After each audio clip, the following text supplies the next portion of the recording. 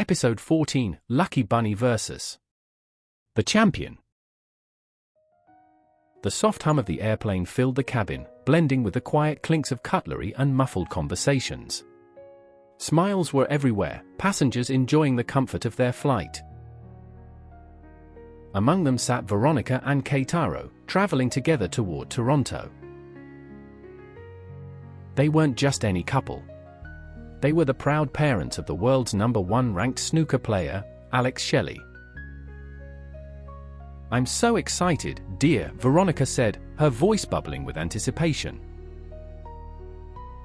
Keitaro chuckled, tilting his head toward her. "Let me guess, excited to see Alex again? Or to see your best friend?" Veronica giggled. "Both. I can't wait to see Alex's face when he sees us." "Oh boy," Keitaro muttered with a smirk, already bracing himself for whatever surprise his wife had planned.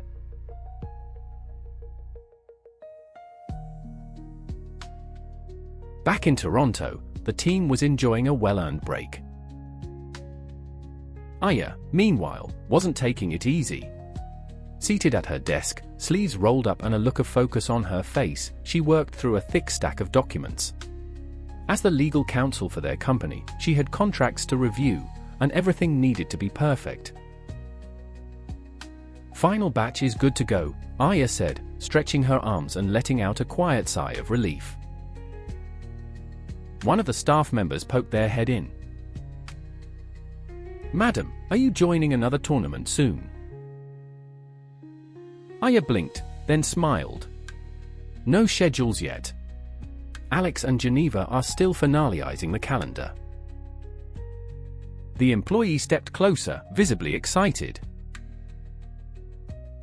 "I'm a fan, by the way. I started playing billiards after I saw you in that match." Aya grinned, clearly touched. "Thank you, that really means a lot. You should check out the Taphouse in Newmarket. That's where we usually practice. Come by sometime." The two began chatting further, Aya offering practical tips and advice with that same confident but approachable tone that had made her a fan favorite, on and off the table.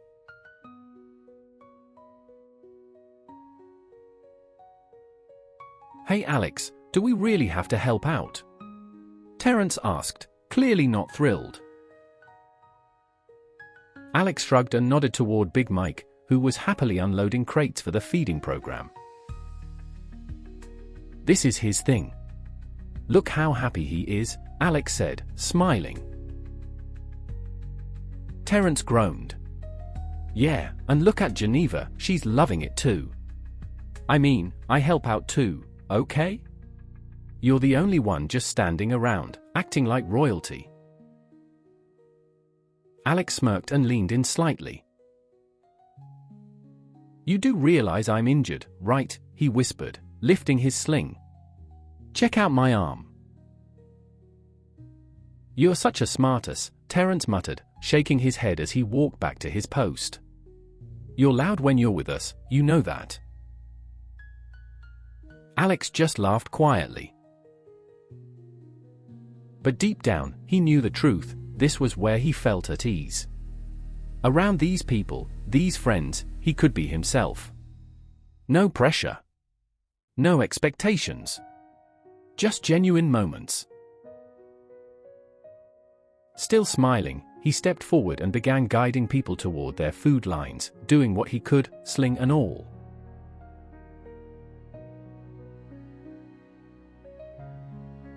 Back in Aya's office, she and an employee named Jenny were quietly enjoying their lunch. Suddenly, Jenny leaned forward, holding up her phone with wide eyes. "Madam Aya, you've got to see this." Aya blinked, mid-bite. "What is it?" "They're helping with a feeding program," Jenny said excitedly. Aya raised an eyebrow, leaning closer to the screen. "Wait, seriously? That crew?" Jenny nodded. "Not only are they talented, they actually care about the community too. Aya smirked. Wow. They've got a lot of free time, ho. Jenny laughed, but Aya's eyes lit up with a sudden idea. Hey, want to play billiards later? She asked, flashing a playful grin. Jenny perked up instantly. Let's go.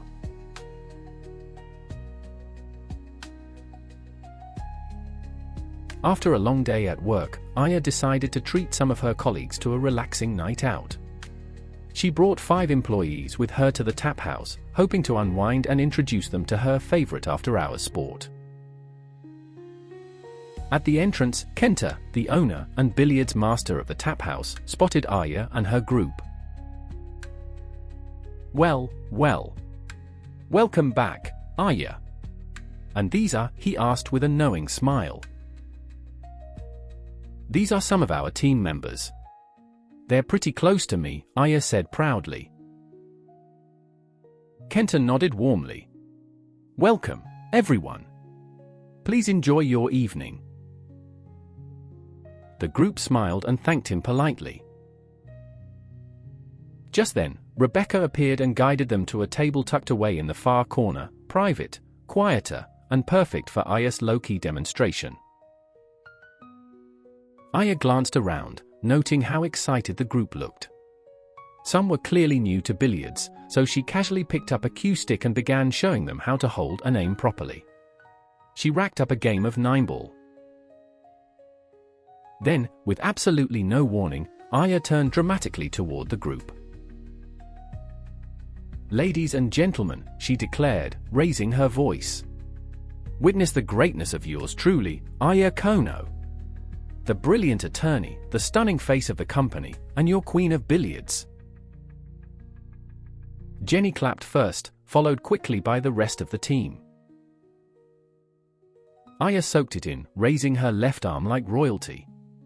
Thank you, thank you. Your appreciation humbles me. Near the bar, Kenta and Rebecca exchanged weary glances. She's going to regret saying that, Kenta muttered. You feel it too. Rebecca sighed.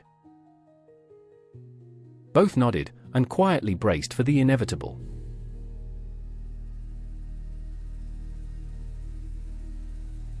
What? Aya shouted, her voice ringing through the Taphouse.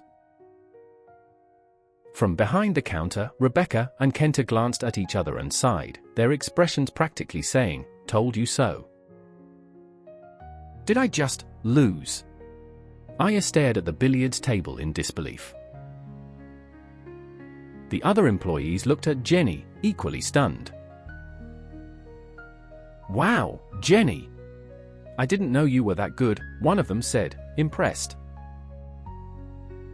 Jenny laughed nervously. No, it was pure luck. Half those shots weren't even planned. Aya narrowed her eyes, still frozen in shock. Then she turned to Jenny with fiery resolve. One more game. We're doing this again. Jenny nodded, clearly enjoying the moment just as much. Right then, Kenta approached with a basket of hot-fried calamari and tartar sauce in hand. Compliments of the house. Enjoy, he said, setting the basket down, and staying to watch. Aya glanced at him, suspicious. What? Kenta asked. Aya squinted. Nothing. Just prepare to witness my redemption arc, she said with a smirk.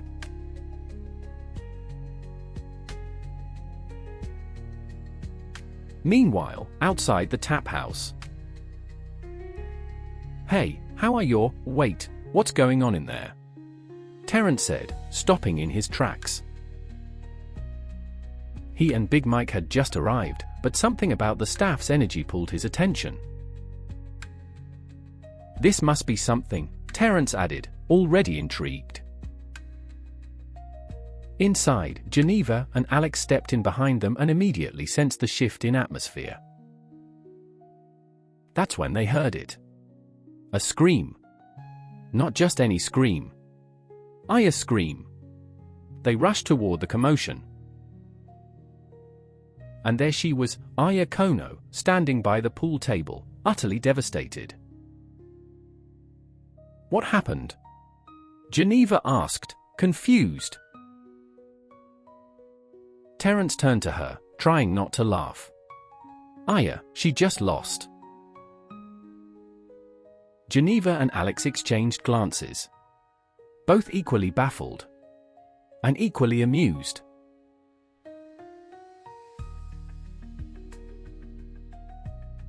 Wow, young lady, you must be pretty good, Geneva said with an amused smile.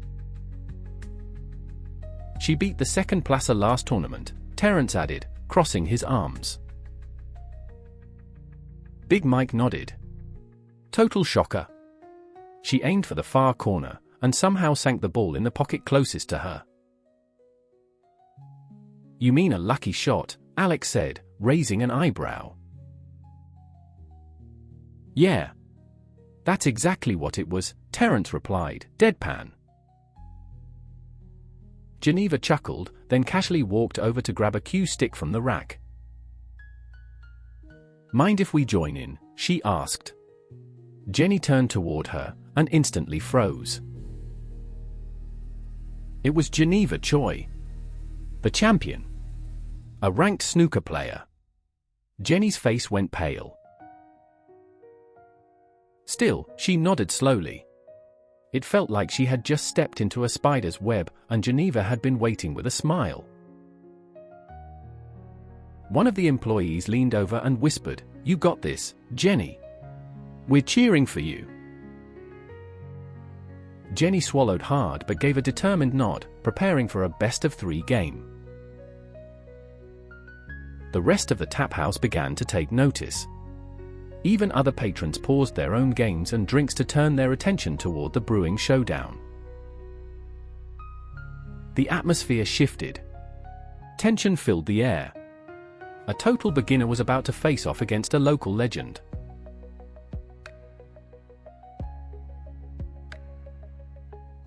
And then the game began. From the start, Geneva played steady and strong, even giving Jenny a bit of a handicap, just to keep things interesting. Alex, watching from the side, narrowed his eyes. He could tell Geneva was going easy at first, but then something unexpected started to unfold. One by one, the balls began sinking, clean shots, bank shots, even an accidental combination that dropped the 9 ball. Alex tilted his head. What is happening? Without anyone realizing it, the score shifted. 2-1. Jenny was leading. Meanwhile, Terrence couldn't stop staring at the bob-haired girl with glasses, her face locked in quiet focus. She's like a lucky bunny, he mumbled to himself, snorting out a laugh. Alex heard him and chuckled softly in agreement. But something about it all started to bug him. She's a rookie, Alex said quietly. Still raw, but her luck stat? It's maxed out. And just like that, Geneva Choi, world-ranked snooker player, lost. End of chapter 14. See you next week.